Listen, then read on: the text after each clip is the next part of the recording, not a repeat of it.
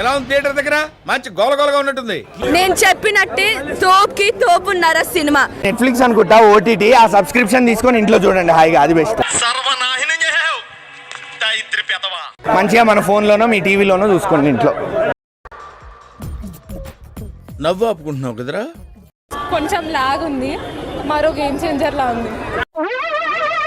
ఏంటి బాబన్నా ఇంకోసారి? కొంచెం లాగ్ ఉంది, మరో గేమ్ చేంజర్ లా ఉంది. రామ్ చరణ్ యాక్టింగ్ బాగుందని చెప్పినా, ఎన్ని చెప్పినా కూడా బయట సినిమా నడవడం కష్టం అన్న. స్టోరీ లాగ్ అన్న, లాగ్ లో సినిమా ఉంది. డౌటే అన్న. ఓకే, ఆ రేంజ్ లో ఉందా? కూడా రామ్ చరణ్ నిజంగా ప్రాణం పెట్టాడు, నిజంగా చెప్తాను. చాలా అంటే చాలా కష్టపడ్డావు. ఏం మాట్లాడతావు నువ్వు? 20 minutes నిజంగా ఎమోషనల్ సీన్ ఉంటుంది, అదైతే నిజంగా కంటతడి పెట్టేస్తుంది. నాకు ఏడుపు వస్తుందిరా. I know the public pulse. I know how to play kabaddi with the public. So overall నా వరకు చూసుకుంటే సినిమా అనే 1 time వాచబుల్ అన్న, అబౌవ్ యావరేజ్ మూవీ. సరే తరలే, ఎన్నెన్నో అనుకుంటాం. రామ్ చరణ్ యాక్టింగ్ రామ్ చరణ్ కోసం రావాలి తప్ప కలెక్షన్ లో సినిమా పరంగా చూసుకుంటే జస్ట్ ఒకసారి చూసినట్టు రెండోసారి చూడలేడు. ఆ అందానికి, ఆ పేస్ కార్డుకు మనం ఇచ్చే వాల్యూ ఎంత అండి? అది అయితే హిట్ కొడుతుంది.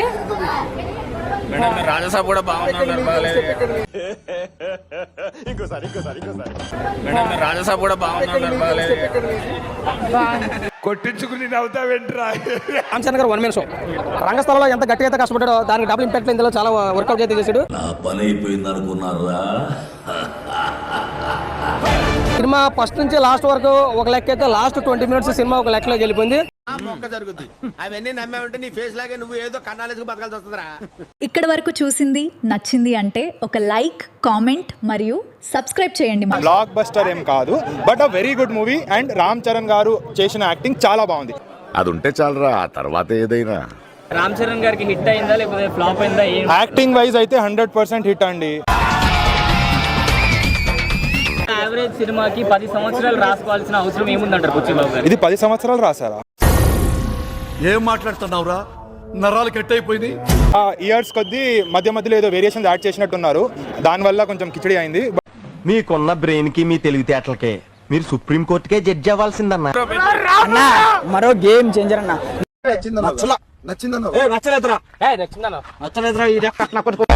ఏందన్న గ్లోబల్ స్టార్ ని చూపించే విధానం చాలా చాలా డిసప్పాయింట్. 600 బొక్క అనే సినిమా చెప్పాలంటే కరెక్టే సార్, పాపం ఫీల్ అన్నట్టున్నారు.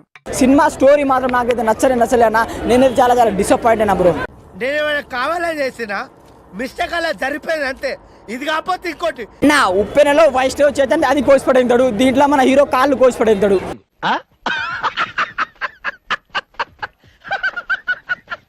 సినిమా తీయండి ప్లీజ్, మీకు దండం పెడతా బుచ్చిబాబు గారు. ఇంకోసారి కనబడ 600 బొక్క అయింది నాకు. ఓవరాల్ గా చూస్తే బోర్ కొట్టిద్ది అన్న, పార్ట్లుగా చూస్తే బాగుంది. అంటే ఏం పాయింట్ పెట్టావన్నా, సూపర్. రామ్ చరణ్ గారికి మటుకు హ్యాట్స్ ఆఫ్ చెప్తా, అంటే డెడికేషన్. బట్ ఉన్నాయి ఇంకా దాచాం కుప్పలు. ఏఆర్ రెహమాన్ గారి music not up to the mark అన్న. అన్నా ఇది మరి ఓవర్ యాక్టింగ్ చేస్తున్నాడు. ఏదన్నా 600 టికెట్ వర్త అన్న కాదు. మీ కష్టం పగవాడికి కూడా రాకూడదు గురుగారు. మరేరా ముక్క జారిందేది నక్క, వల్లంతా ఒకటే తై తక్క. అంత బాగుంది మూవీ అయితే. ఏంటి మమ్మీ ఎవడు?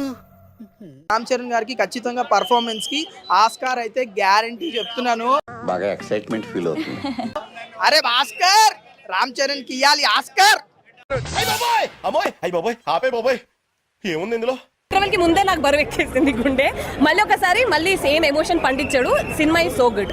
ఒక రేంజ్ తర్వాత మన దగ్గర మాటలుండవు, కోతలే. మనం చూసేది యాక్టింగే కదా నెంబర్స్ కన్నా. సో యాక్టింగ్ పరంగా మాత్రం చాలా చాలా చాలా బాగా చేశాడు.